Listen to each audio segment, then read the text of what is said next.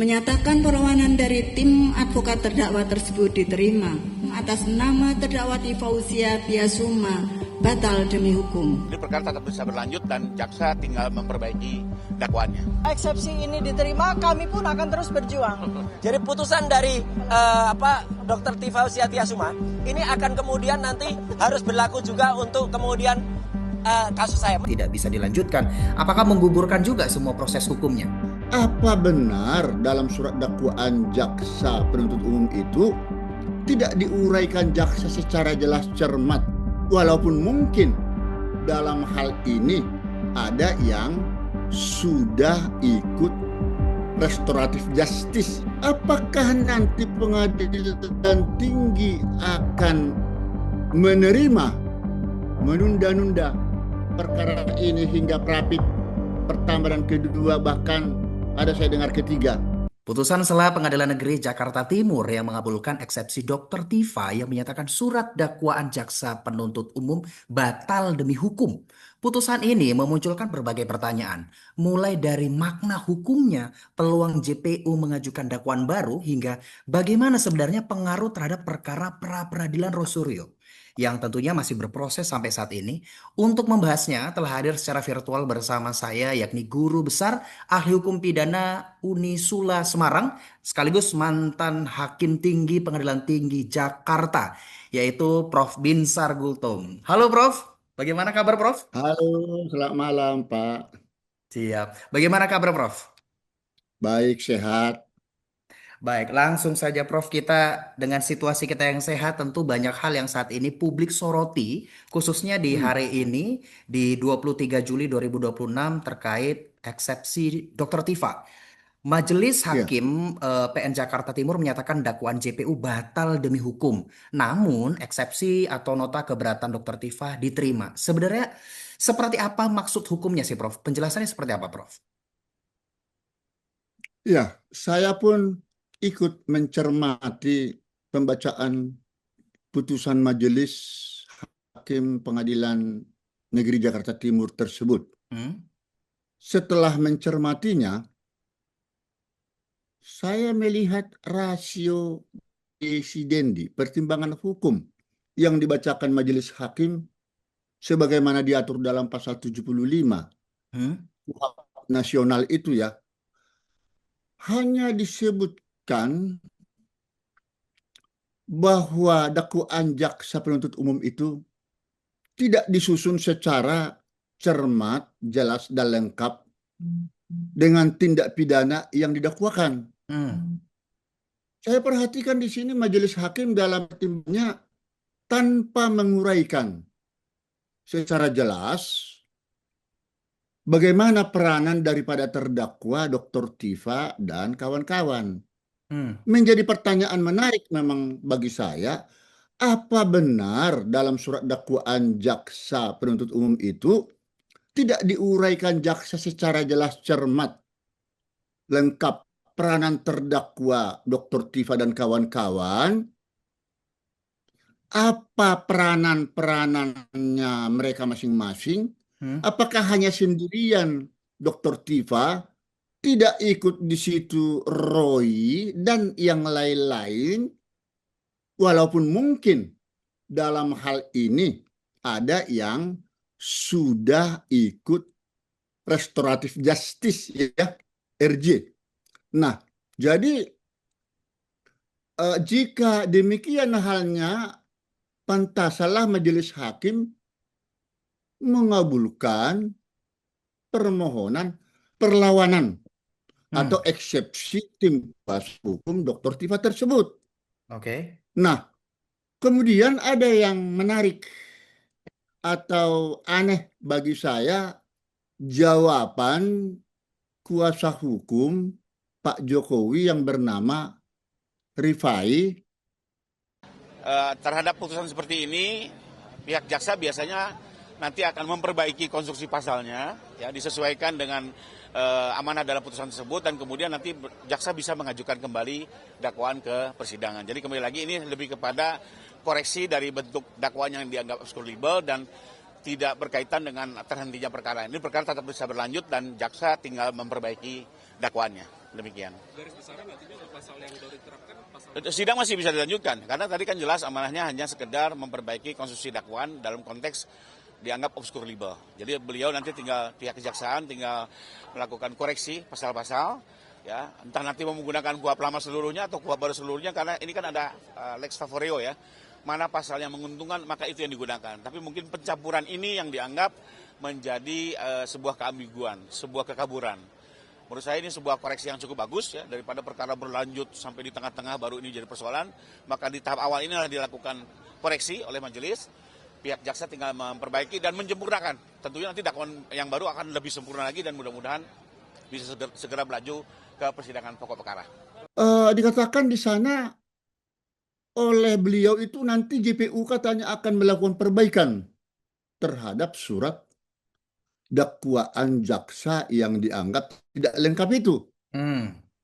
Saya mau mengatakan bahwa dasar hukum dilakukannya perlawanan atau eksepsi itu terhadap surat dakwaan itu menurut pasal 206 ya, KUHP nasional. Itu ada 3. Pertama, mengenai kompetensi kewenangan mengadili. Surat dakwaan itu tidak dapat diterima. Oke, surat dakwaan tidak Ya, itu dapat nomor diterima. 2. Ya. Kemudian yang ketiga, surat dakwaan harus dibatalkan. Yes. Nah, mencermati amar putusan daripada Majelis Hakim PN Jakarta Timur itu dikatakan kalau eksepsi daripada tim kuasa hukum itu diterima. Kemudian dengan sendirinya dakwaan jaksa penuntut umum itu dibatalkan. Nah, artinya tidak sah. Oke. Dan selanjutnya, ya ini inti amar putusan PN Jaktim ya. Selanjutnya, pokok perkara tidak perlu diteruskan. Tidak perlu dilakukan lagi pemeriksaan pokok perkara. Nah ini kan menjadi bumerang ini. Ya, betul. Jadi masalah ini. Apa yang perlu dipertanyakan kepada saya? Dalam kasus ini kan memang jadi sorotan ya, Prof. Apakah mungkin dengan ini JPU menyatakan persidangan tidak bisa dilanjutkan, apakah menggugurkan juga semua proses hukumnya? Apakah dengan ini ya tidak akan ada atau otomatis perkara ini selesai dengan JPU masih berpeluang untuk mengajukan dakwaan baru? Nah, ini menjadi menarik pertanyaan Abang Prayogi ya. Perlu diketahui bahwa yang menjadi objek perkara ini adalah pencemaran nama baik dan fitnah terhadap Pak Jokowi. Dan perkara ini sudah P21 lengkap dikirimkan kepada pengadilan. Di dalam surat dakwaan jaksa penuntut umum, seharusnya jaksa akan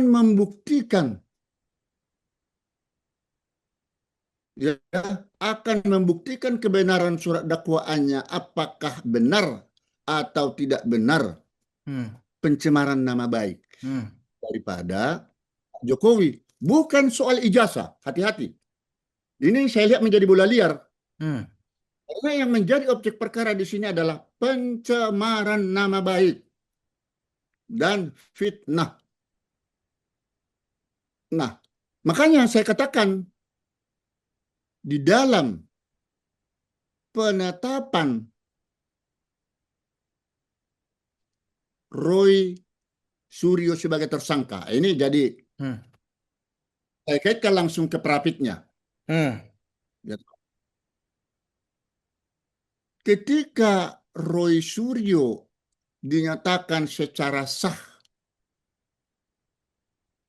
sebagai tersangka, ya kan? Maka otomatis ya segala sesuatu yang berkaitan dengan Dr. Tifa adalah juga sebagai terdakwa. Jika dalam amar putusan sela majelis hakim menyatakan dakwaan JPU tidak dapat diterima, mungkin saja kasus itu akan dapat dikembalikan kepada jaksa penuntut umum. Dikembalikan seperti itu. Oke? Iya, kan tadi ada pendapat daripada Pak Rifai. Pendapat Pak Rifai mengatakan nanti jaksa penuntut umum akan dapat memperbaiki Dan melengkapi surat seperti itu dakwaannya. surat dakwaan, betul. Ya, melengkapinya. Tetapi ada 3 dasar dilakukannya permohonan eksepsi terhadap surat dakwaan. Satu tadi, apakah kompetensi kewenangannya merupakan kewenangan daripada Pengadilan Negeri Jakarta Timur. Kedua, apakah surat dakwaan tidak dapat diterima? Kan itu nomor 2. Ketiga, apakah dibatalkan? Ya. Nah, tadi kita sudah sependapat kalau amar putusan daripada Pengadilan Negeri Jakarta Timur, surat dakwaan dibatalkan. Hukum. Tidak sah. Sehingga tidak perlu dilanjutkan pemeriksaan pokok perkara. Ya kan? Nah, silakan. Seperti ini, Prof. Kan di dalam perkara ini, hakim kan menilai surat dakwaan itu seperti yang Prof sampaikan tadi, bahwasanya dinyatakan tidak cermat, kabur, atau istilahnya observable, seperti itu kan. Nah, apakah Prof membaca ini adalah unsur yang memang karena kasus ini terkait ada nama quote and quote Pak Jokowinya, atau memang benar-benar fokus kepada dakwaan yang dilimpahkan seperti itu? Atau seperti apa, Prof? Oh, tidak ada hubungannya ini karena ada hubungannya dengan Pak Jokowi. Nah, disinilah yang disebut tadi, perlu saya sampaikan, saya pada posisi penjelasan daripada polemik kasus ini ya, tidak pada posisi mencari siapa yang menang dan kalah. Tetapi harus kita tempatkan ini asas equality for the law. Ada keseimbangan, kesetaraan antara warga negara tanpa melihat status jabatan, kekayaan. Tetapi di depan hukum sama haknya. Makanya mau saya luruskan apa yang disampaikan oleh Pak Rifai maupun amar putusan Pengadilan Negeri Jakarta Timur ini, kalaulah akhirnya surat dakwaan ini telah dibatalkan seperti sekarang putusannya, telah dibatalkan secara sah dan tidak memiliki kekuatan hukum, akhirnya dihentikan perkara ini, ini satu-satunya jalan, ya, satu-satunya jalan. Ada upaya hukum banding ke Pengadilan Tinggi DKI Jakarta, yaitu melalui verjet atau perlawanan, ya, perlawanan. Nah, jadi inilah satu-satunya solusi melakukan banding ke Pengadilan Tinggi DKI Jakarta, bukan melakukan koreksi atau perbaikan terhadap surat dakwaan jaksa oleh jaksa sendiri, bukan. Apakah maksudnya ini adalah, sorry Prof, apakah maksudnya dalam hal ini nanti berkesempatan JPU mengajukan dakwaan barukah seperti itu atau bagaimana, Prof? Tidak. Karena Prof kan mengatakan tadi tidak melengkapi. Tidak ada jaksa akan mengajukan dakwaan baru. Makanya tadi andai kata dasar permohonan eksepsi itu Mm-mm. tidak dapat diterima, boleh saja Hmm. jaksa akan membuat kembali baru. Lain lagi putusan daripada putusan sela daripada Majelis Pengadilan Negeri Jakarta Timur. Tapi ini Oke. kan batal. Dengan Mm-mm. batalnya ini tidak sah. Berarti selesailah perkara. Nah, Hmm. tapi dengan ini tidak akan dibongkar lagi perkaranya, selesai sampai di situ, ini kan sangat mengecewakan pencari keadilan. Hmm. Untunglah masih ada ya dasar hukum untuk upaya hukum banding ya terkait dengan putusan sela ini. Oke. Satu-satunya jalan adalah perlawanan atau verset. Itu diatur di dalam Mm-mm. pasal 206 ya ayat 5 KUHP baru.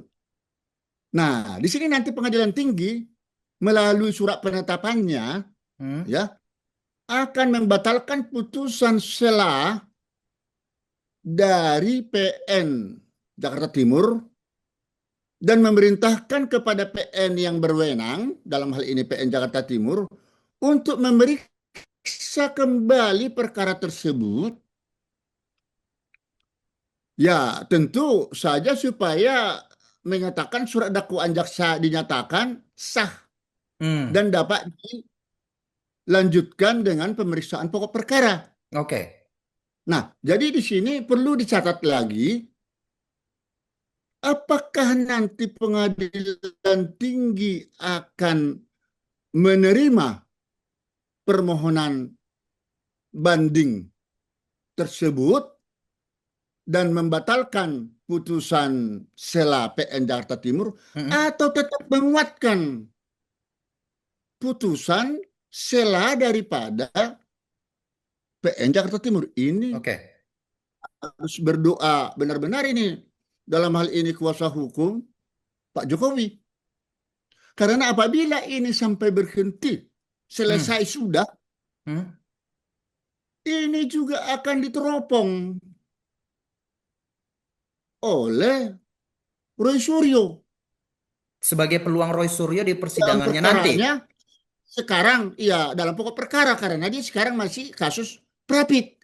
Ini memang perkara ini sangat menarik perhatian publik dan ini dia Oke. polemik hukumnya. Oke. Apa dalam arti Prof ingin mengatakan bahwasanya dengan Dr. Tifa saat ini tengah menjalani proses persidangan dan eksepsi saat ini, apakah itu sebagai celah yang memang dimanfaatkan Roy Suryo untuk jelang persidangannya mencuri celah seperti itu?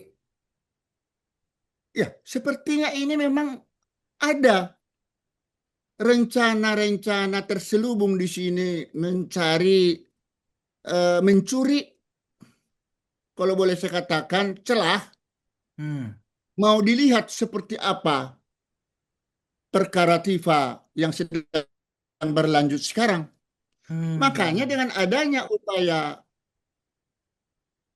hukum banding, perlawanan ya, verset terhadap putusan sela itu. Inilah kesempatan DKI Jakarta memeriksa benar-benar perkara ini. Karena apabila kita cermati tadi pertimbangan putusan daripada Majelis Pengadilan Negeri Jakarta Timur Hmm.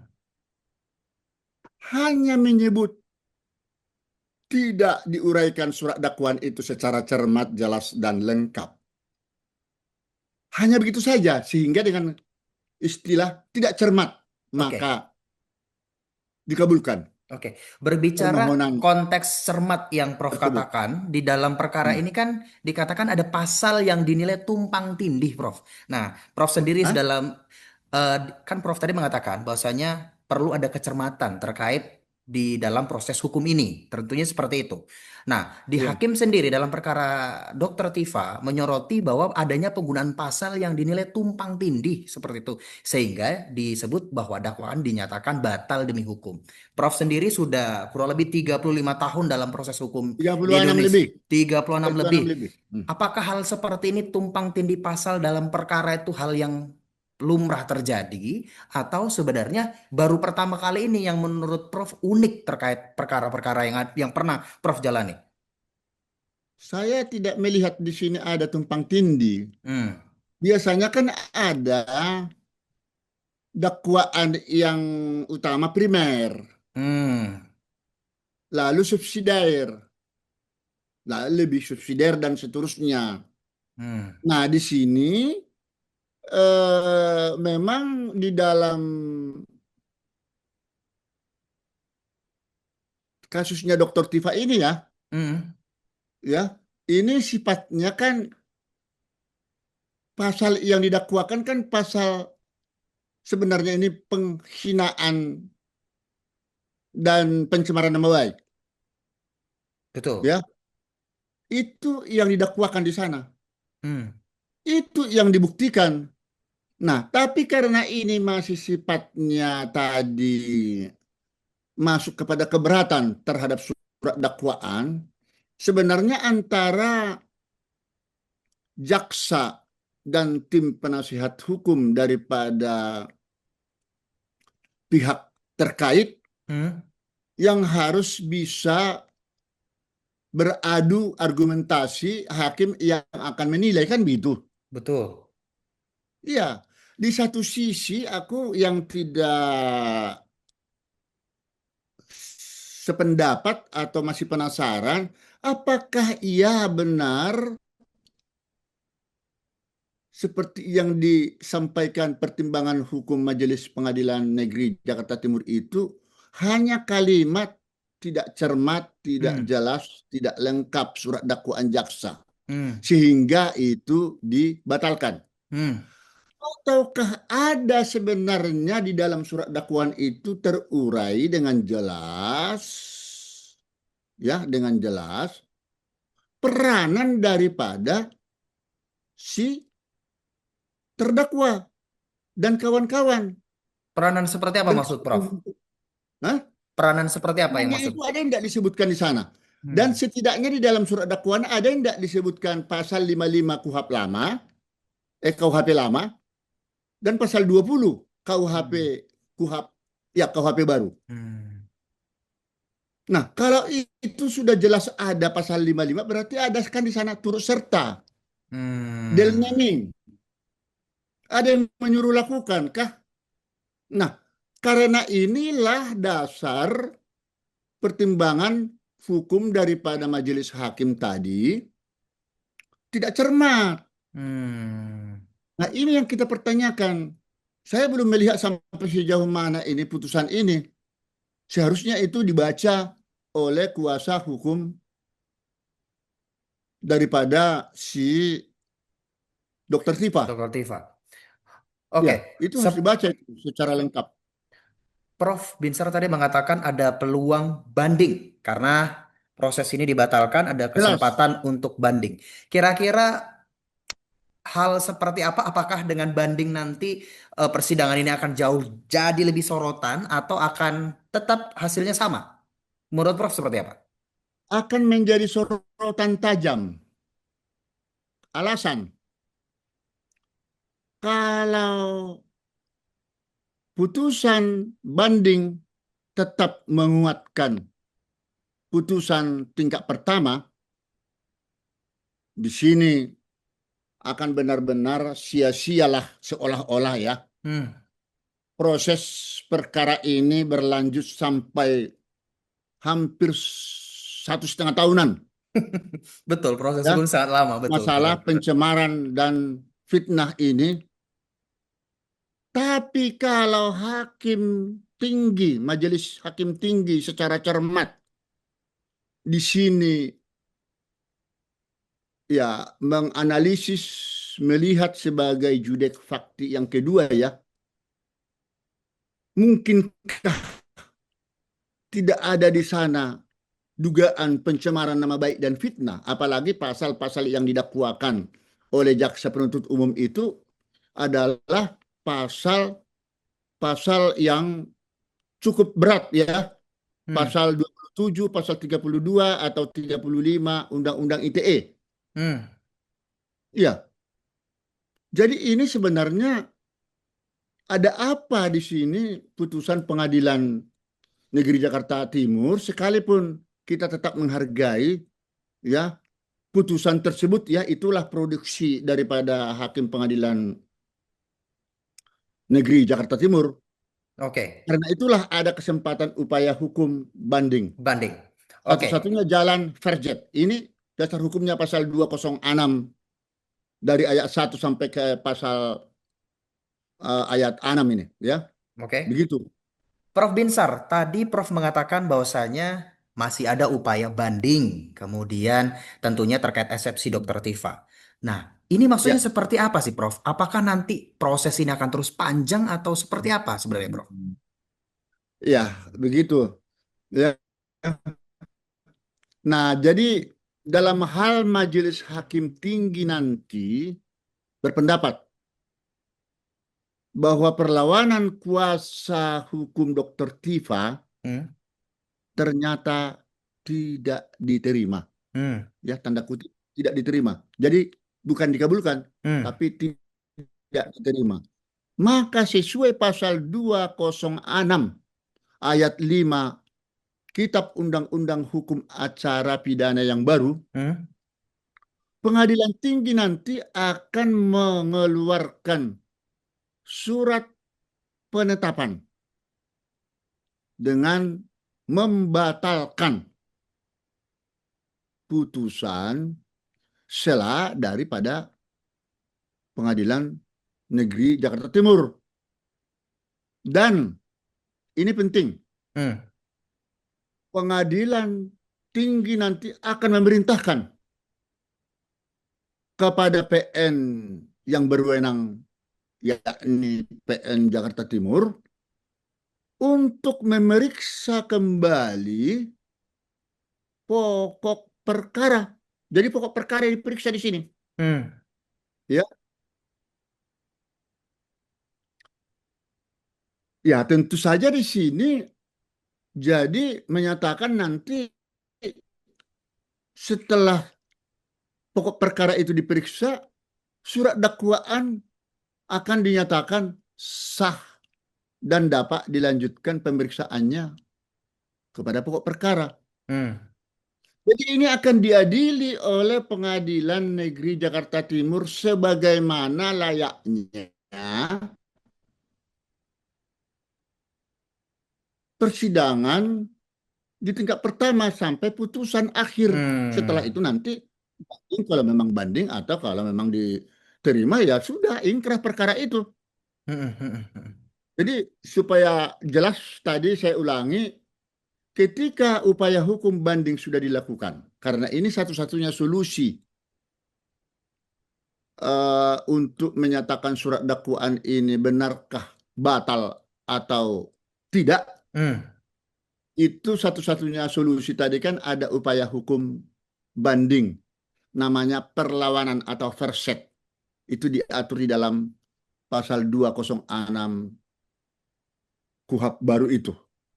Nah, satu hal yang penting di sana, ketika Majelis Hakim Tinggi DKI ya tidak menerima perlawanan daripada kuasa hukum Dr. Tifa, hmm. tidak menerima, berarti di sanalah kesempatan pengadilan negeri, pengadilan tinggi DKI Jakarta akan menyatakan putusan Pengadilan Negeri Jakarta Timur tadi, ya yang putusan sela tadi, batal, dibatalkan, mengadili sendiri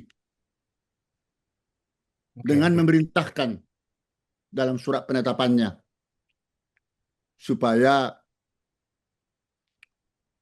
kasus itu dikembalikan kepada PN yang bersangkutan untuk diadili sebagaimana layaknya dengan perkara biasa. Berarti di sana sudah terjadi pemeriksaan pokok perkara. Ya berarti di sana eksepsi bukan lagi diterima. Karena itu tadi sudah selesai. Sudah selesai, betul. Sudah selesai. Jadi akhirnya di sana tidak ada lagi istilah eksepsi. Wong ini sudah pernyataan dari pengadilan tinggi tuh. Hmm. Kan sudah dikatakan sana tidak dapat diterima. Tidak diterima ini. Kalau PN tadi diterima Hmm. eksepsi itu, tetapi kalau di PET DKI sudah Hmm. mengatakan tidak diterima. Loh itu kan lebih tinggi. Ya.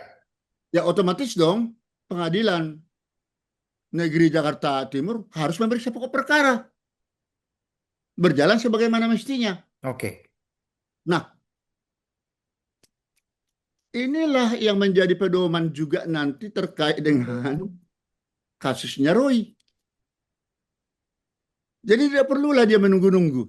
Oke. Berarti celahnya adalah melihat Menunggu kita bisa melihat dari pertimbangan perkara hukum. Tifa, nanti akan bisa berkaitan otomatis dengan Roy Suryo. Maksud Prof seperti itu ya? Jelas, karena ini kasus yang terpisah, disiplitsing ya. Terpisah tapi Ya, jangan berkaitan pikir seperti itu ya, Prof ya? sangat berkaitan ini. Prof, tadi Prof juga menyinggung bahwasanya putusan eksepsi ini juga akan bersinggungan, berkaitan dengan prapitnya Roy Suryo. Tentunya Ya, kita lihat betul. di prapit yang kedua, eh, apa namanya, tidak dikabulkan, bahwasanya terbukti bahwasanya dia juga diputuskan seperti itu. Akan seperti apa dampaknya? Dan kemudian mengingat prapit yang pertama kan di sana dikabulkan terkait penangkapan itu tidak tidak Ya, tidak sah. penangkapan dan penggeledahan. Penggeledahan tidak sah. Bukan. Kemudian status tersangka dinyatakan yes, itu status penetapan tersangka seperti itu. Apakah dengan penetapan status tersangka terhadap Roy Suryo, kemudian dengan eksepsi Roy Dr. Tifa saat ini, itu ada suatu hal yang mungkin Prof melihat ada kesinambungan satu dengan yang lain. Seperti apa Prof melihatnya? Ya, ada kesinambungannya. Karena ini perkara disiplitsing ya. Hmm. Berkas yang terpisah. Hmm. Nah, makanya seperti tadi saya lihat mengapa Roy sengaja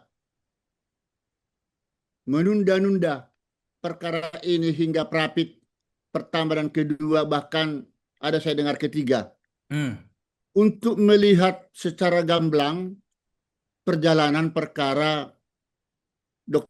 Tifa yang sudah masuk kepada pemeriksaan pokok perkara. Dan ternyata di dalam pokok perkara sekarang di tingkat PN itu eksepsi daripada tim kuasa hukumnya Roy itu dikabulkan. Dengan dikabulkannya, makanya jadi dibatalkan surat dakwaan JPU.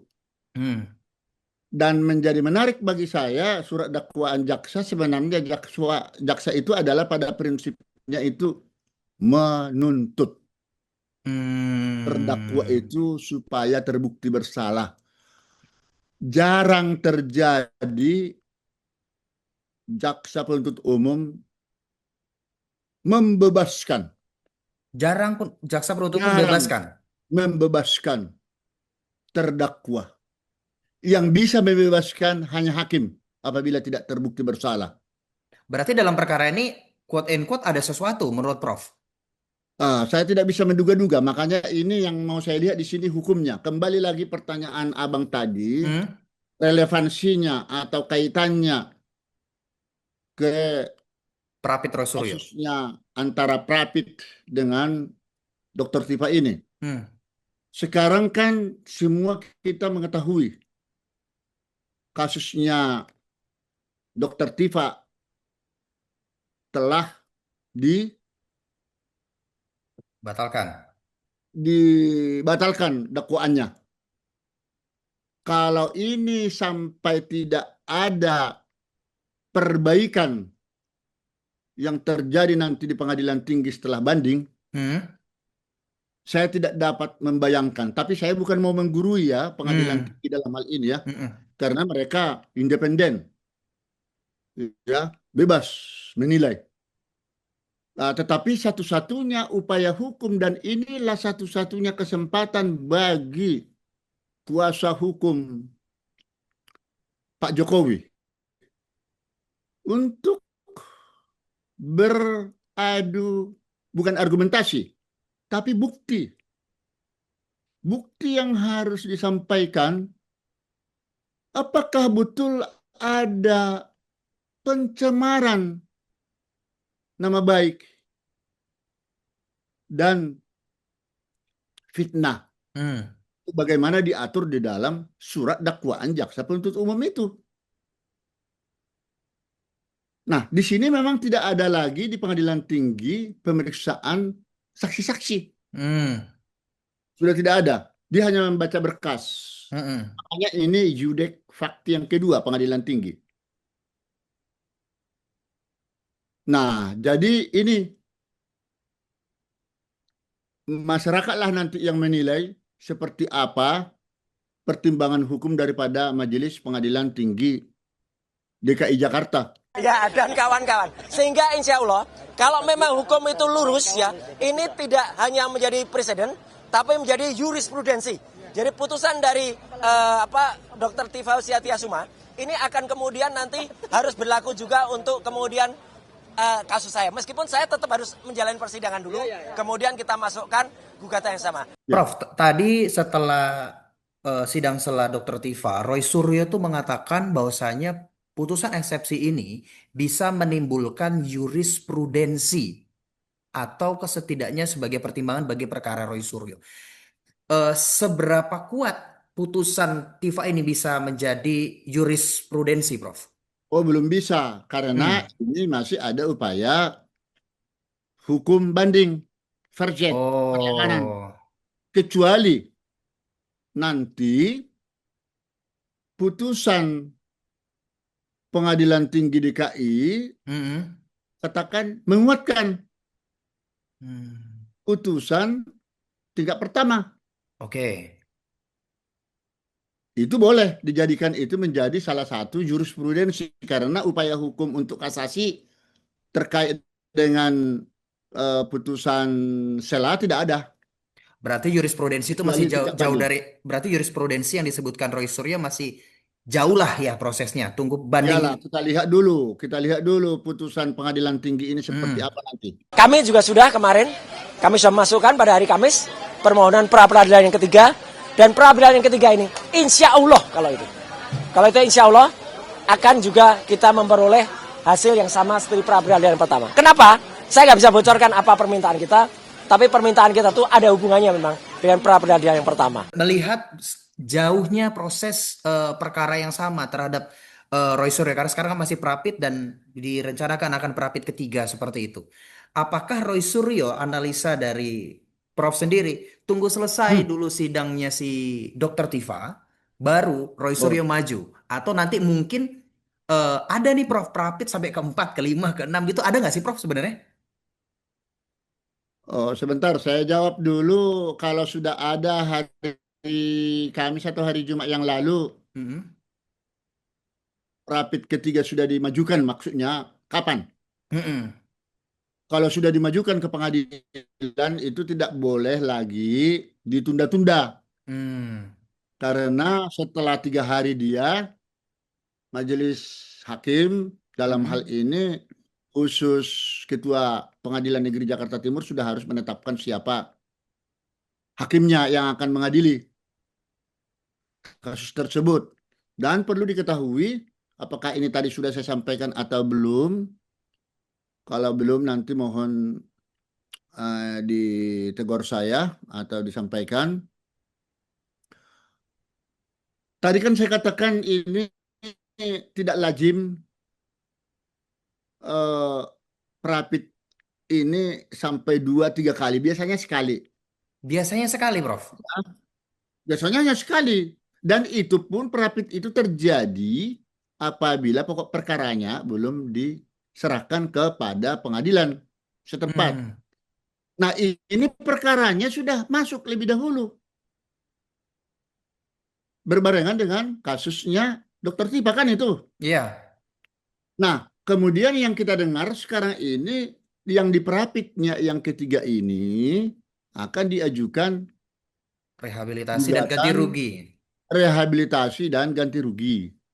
Nah, saya berpendapat, nah ini tadi yang saya katakan, sudah lebih 36 tahun sebagai hakim, tidak lazim kalau penetapan tersangka itu sudah sah Hmm. secara hukum, akan dikabulkan ganti rugi dan rehabilitasi, terkecuali tidak sah secara hukum penetapan tersangka, barulah gugatan ganti rugi dan rehabilitasi itu dapat dikabulkan. Itu. Jadi saya bukan mau menakut-nakutin pihak daripada Roy ini. Kalau menurut saya sih lebih bagus itu dihentikan saja Rapid 3-nya. permohonan Rapid yang ketiga ini. Dan tidak perlulah dia mengintip kasusnya Dr. Tifa ini. Kalau misalnya seperti pertanyaan Abang Prayogi tadi, oh menunggu lagi perkaranya Tifa sampai Selesai. tuntas dari upaya hukum bandingnya. Wah, ini bahaya itu. Ini namanya permainan politis. Saya kira di sini harus diambil sikap tegas, ya. Dan tidak bisa itu jadikan alasan untuk menunda kasus itu dilanjutkan kepada pokok perkara. Oke. Gitu. Oke, kalau Prof Dan ini kan mengatakan, dibatasi oke, juga 14 hari juga setelah eksepsi Majelis ya. Hakim Tinggi ya memutuskan itu segera. Oke, kalau Prof tadi mengatakan perapit lumrahnya pada umumnya terjadi itu 1 kali seperti itu. Kalau Hanya kita satu kali, 1 kali, kita lihat Roy Suryo. baru kali ini dalam sejarah. Nah, baru kali dalam sejarah pertama berbicara mengenai penahanan ya, penahanan Roy Suryo, kemudian status tersangka, kemudian proyeksinya atau rencananya. Yang ketiga itu adalah tentang rehabilitasi dan ganti rugi gitu. Sebenarnya apa yang harus dibenahi dari proses hukum kita sehingga perapit yang harusnya 1 kali, kemudian ini bisa lebih dari 1 kali, sehingga mungkin dengan kasus-kasus yang lain nanti tidak akan terjadi hal serupa seperti ini, Prof. Siapa yang harus membenahi regulasi hukum kita, proses hukum kita, seperti apa, Prof? Iya, karena memang di dalam KUHP baru ini tidak ada pengaturan pembatasan perapit itu ya. Makanya secara teknis satu-satunya jalan memang Ketua Mahkamah Agung lah yang harus mengeluarkan surat semacam peraturan Mahkamah Agung tentang pembatasan pra-peradilan itu cukup sekali saja. Tidak boleh 2 kali. Itu pun harus berkasnya belum dilimpahkan ke pengadilan. Jadi mekanismenya seperti itu. Perapit itu dilakukan pada saat berkas perkara belum dimasukkan. Makanya di dalam KUHP baru yang ada sekarang, selama perkara perapitnya belum diputus, dihitung 7 hari ya, itu tidak boleh masuk pokok perkara. Karena kalau masuk nanti pokok perkara otomatis gugur perkara perapit yang sedang berlanjut. Oke. Di dalam KUHP lama dulu seperti itu. Kejar-kejaran. Perapit sedang berlangsung, tiba-tiba, ini lagi seru-serunya di perapit. Wah, tiba-tiba penyidik langsung segera membawa berkas. Ya, lewat kejaksaan ya. Lewat kejaksaan langsung dimasukkan perkara, berkas pokok perkara. Maka langsung gugurlah itu tanpa diperiksa lagi lebih lanjut. Perapitnya itu. Oke. Itu. Oke, pertanyaan terakhir saya, Prof. Jika tadi Prof mengatakan yang tidak harus menunggu persidangan Dr. Tifa selesai sampai banding seperti itu. Ya, Lumrahnya, banding mengenai, iya. ya, Banding mengenai masalah verjet yang tadi, perlawanan ya. betul. Lumrahnya, Roy Suryo sendiri harus segera cepatkah di proses hukum dengan perkara ini atau seperti apa, Prof? Ya, sebenarnya dia tidak perlu lagi melakukan upaya permohonan perapit ganti rugi rehabilitasi sekalipun itu merupakan hak dia ya. Tapi karena itu sudah dicatat di dalam register pengadilan, mau tidak mau itu harus disidangkan. Harus disidangkan secepatnya. 7 hari nanti ditunggu. Apapun putusannya hakim tunggal, ya monggo silahkan seperti apa nanti putusannya. Oke. Nah, tapi karena pemeriksaan terdakwa itu sudah sah, ya, secara sah, secara hukum, tidak ada alasan pemeriksaan pokok perkara nanti tidak akan diperiksa. Kecuali tadinya tidak sah. Kalau penggeledahan, penangkapan tidak sah, no problem. Oke. Itu sudah selesai. Ya, inilah kuncinya. Penetapan tersangka karena sudah sah secara hukum, mau tidak mau itu harus diperiksa pokok perkaranya. Oke. Terima kasih Prof atas insight-nya tentang tentunya hukum dalam kasus persidangan Dr. Tiva dan juga Roy Suryo. Terima kasih atas waktunya dan insight-nya bersama kami di Kompas TV. Prof Binsar Gultom, Guru Besar Ahli Hukum Pidana Unisula Semarang dan mantan Hakim Tinggi Pengadilan Tinggi Jakarta. Terima kasih Prof. Terima kasih. Terima kasih Bang.